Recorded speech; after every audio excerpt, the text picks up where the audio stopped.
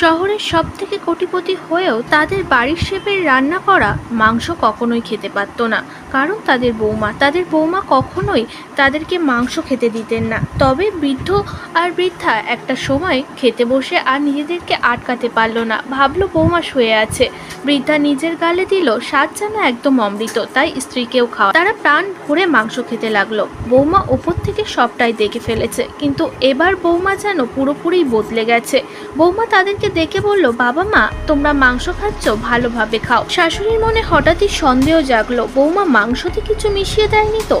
না হলে বৌমার মাথায় অন্য কোনো প্ল্যান আছে। বৌমা তো কখনোই এত ভালোভাবে কথা বলে না। চলো বৌমাকে আমরা খুশি করে আসি। সে ড্রাগন ফল কেটে বৌমাকে দিতে গেল, কিন্তু বৌমা তখন বলল, বাবা, আমি ড্রাগন ফল খাবো না। তার শ্বশুরমশাই বলতে থাকলো, তাহলে স্ট্রবেরির খোসা ছাড়িয়ে এনে দি। বৌমার উত্তর ছিল, বাবা মা, তোমরা কি রেস্ট নাও। তবে তার শ্বশুর অনেকটাই ভয় পেয়েছিল।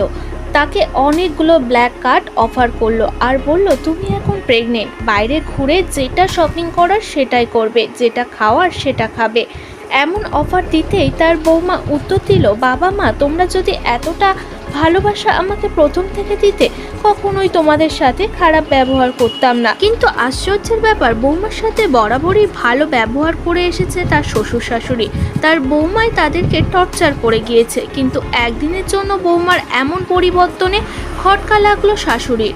শাশুড়ি চিন্তা করলো আর মাথা থেকে এমন প্ল্যান বার করলো যা দেখে অবাক সকলে। বৌমার আসল প্ল্যান জানার জন্য অবশ্যই চ্যানেলটি সাবস্ক্রাইব করে ফেলো।